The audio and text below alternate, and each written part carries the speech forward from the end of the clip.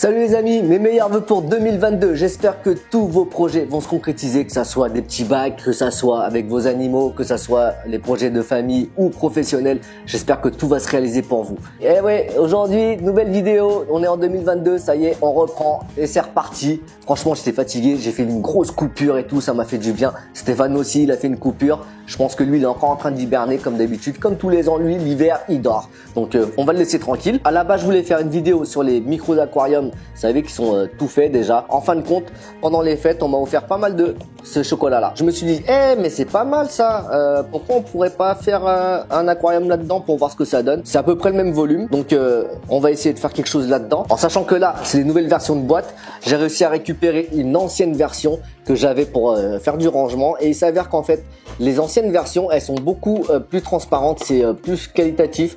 On a une espèce de PVC vraiment rigide là et bien transparent. Alors que là, sur les nouvelles versions, je pense que ils partent sur des boîtes en plastique recyclé. Donc ça reste assez épais, vous pouvez toujours le faire dedans.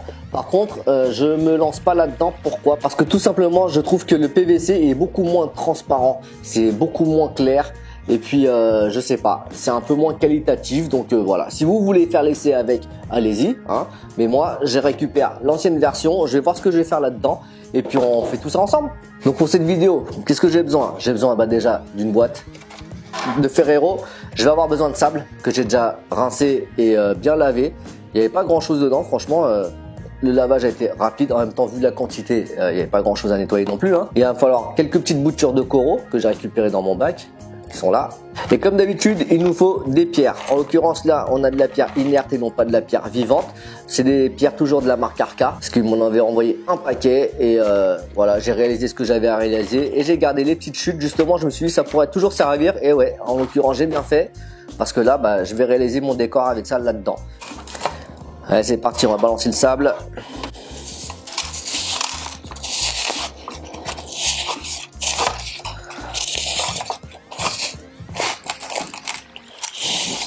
Allez, comme d'hab, une petite plage devant, un peu plus au fond.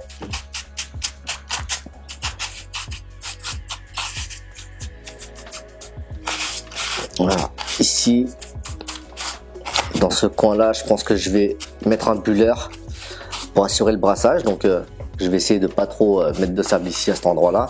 On va plus le réunir sur le fond. Ok, ça devrait nous donner un petit truc dans ce genre là. Visuellement, qu'est-ce que ça donne? Ouais, c'est pas mal. Peut-être passer un petit peu plus par là, on verra ça après. De toute façon, à la fin, à partir du moment où on va mettre ça en eau, ça va changer de forme. Donc là, ça devrait donner un petit truc dans ce genre là. On va installer le décor tout doucement. Allez, le décor, c'est parti. Qu'est-ce que c'est ça? Puis là, on va jouer au Lego, hein.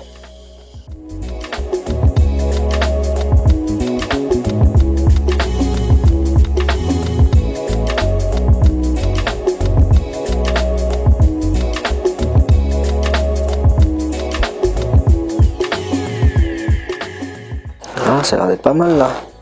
Tac, on va voir ce que ça donne visuellement. Ouais, ça sort un peu de l'eau et tout, c'est marrant. Hop là, je pense qu'on peut mieux faire.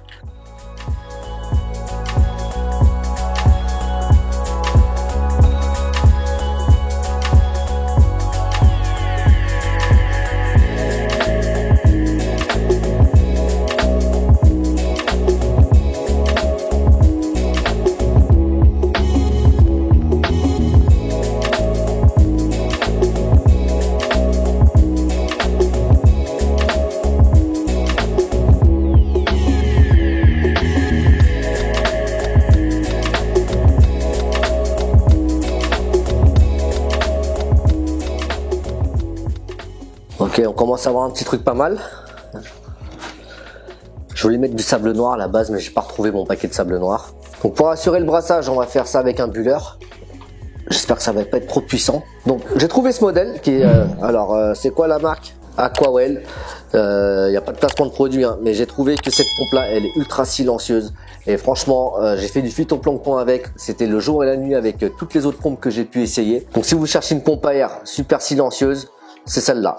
Donc au bout du buller, ce que j'ai choisi de mettre, c'est une espèce de diffuseur. Donc c'est plutôt une buse qui sert en fait pour l'arrosage automatique de votre jardin. Donc ce que j'ai fait, c'est que je vais le régler de façon à avoir des bulles pas trop grosses parce que je pense que si elles sont trop grosses, ça va tout me flinguer là-dedans. Je vais essayer de réduire les bulles pour en avoir plusieurs, mais pas trop petites. Plus ça va être petit, genre si vous mettez un diffuseur à air en bois par exemple, et ben ça va vous faire une espèce d'écume et c'est pas du tout ce qu'on veut faire. Là, on veut vraiment assurer le brassage avec ça. Donc ça va permettre d'avoir plusieurs grosses bulles qui vont sortir et peut-être diffuser les brassages un petit peu mieux dans le petit cube là. Donc on va voir ça. Je vais essayer de caser ça. Je sais pas comment je vais faire, mais il va falloir trouver une solution. En espérant que ça fasse pas déborder le bac.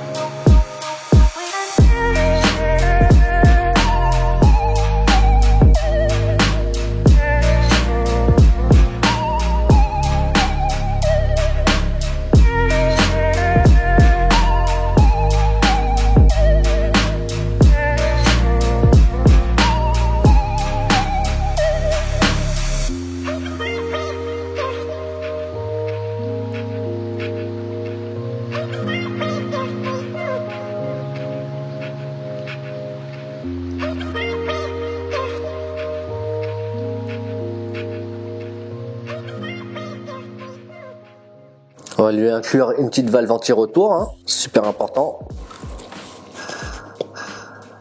Déjà, elle se met dans l'autre sens.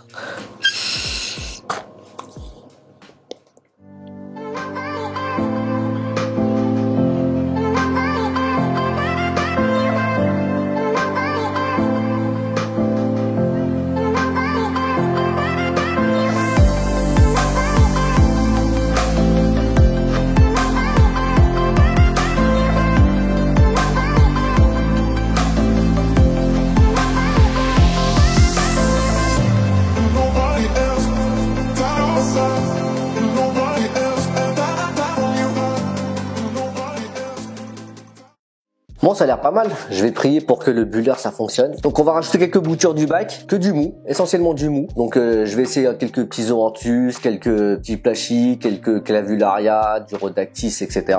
On va voir comment ça se comporte là-dedans. Donc d'après mes amis qui ont ce genre de petit aquarium minuscule dans l'ordre de 450 ml ou même moins que ça, il paraît que ce qu'il y a de plus dur en fait à gérer, c'est l'évaporation, la salinité. Donc c'est le genre de bac où l'évaporation se fait très très rapidement et il faut compenser. Sinon, on retrouve des blocs de sel un petit peu partout. Et il y a eu des petits soucis comme ça, où ça bouchait les pompes, etc. On va essayer de faire le plus attention possible. Je vais voir après si je vais avoir besoin de mettre un osmolateur là-dessus ou pas, ou si je compense manuellement. Donc, à voir comment ça fonctionne. Et la température aussi, apparemment, c'est assez délicat de gérer la température là-dedans parce qu'il y a une très faible inertie. On va observer tout ça. J'ai pris que des trucs qui sont pas risqués. C'est des doublons que j'ai dans mon aquarium déjà. Donc, on va voir comment ça se comporte. Au pire, ça peut faire la gueule et je peux vite réagir en remettant tout dans mon bac. Ou sinon, bah, j'ai pas perdu grand-chose. C'est que des boutures que j'ai déjà.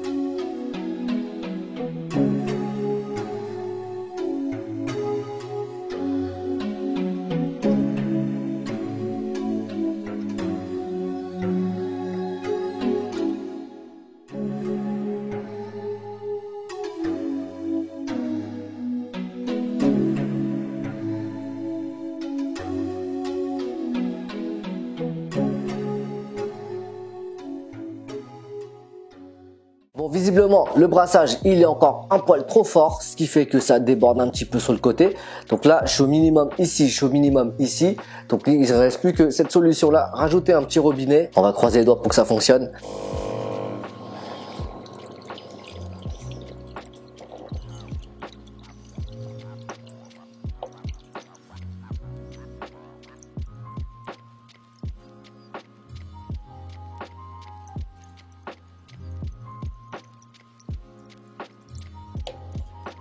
J'essaie d'optimiser la circulation de l'eau comme je peux.